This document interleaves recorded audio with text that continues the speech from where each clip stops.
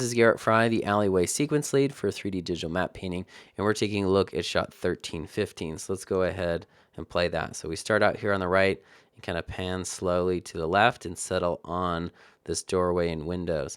So there's this shot here, 1315, and there's another shot, 1319, that's of the same area of this alleyway, but it's pointing, we're facing this way. And this alleyway, these 19 and 1315 were shot at the same time as all of the other shots. However, these two shots need to be made to look like a different day. And so the garbage piles are going to need to be different. So when you're adding these garbage piles, you can make them look really mucky and nasty with your ink blot, masks that you're using to add grime up and down these walls there.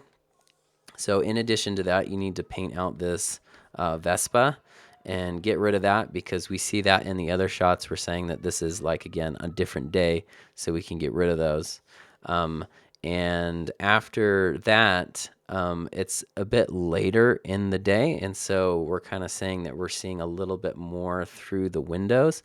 And so you can see just a little bit of light coming through those windows. So accentuate that a little bit, make it feel like there's just a little bit of light coming through some of these windows. And I wouldn't suggest, making a mask over the whole window and cranking it up as a solution. It needs to be a bit more localized light, and so you can see that some are emitting from here, so you can kind of emit them out from here, but they're not going to be as bright as this because they're behind this kind of frosted glass. So you'll want to make sure that you're giving the idea that there's something back there. It's very nondescript, and there's light coming that's in those windows that's kind of coming out just a little bit. And that way, we'll keep the focus on the alleyway. You don't want to have too much interest, looking through these windows, because then it kind of kills, the look of the shot. So we're just adding a little bit of light into those windows without kind of overdoing it.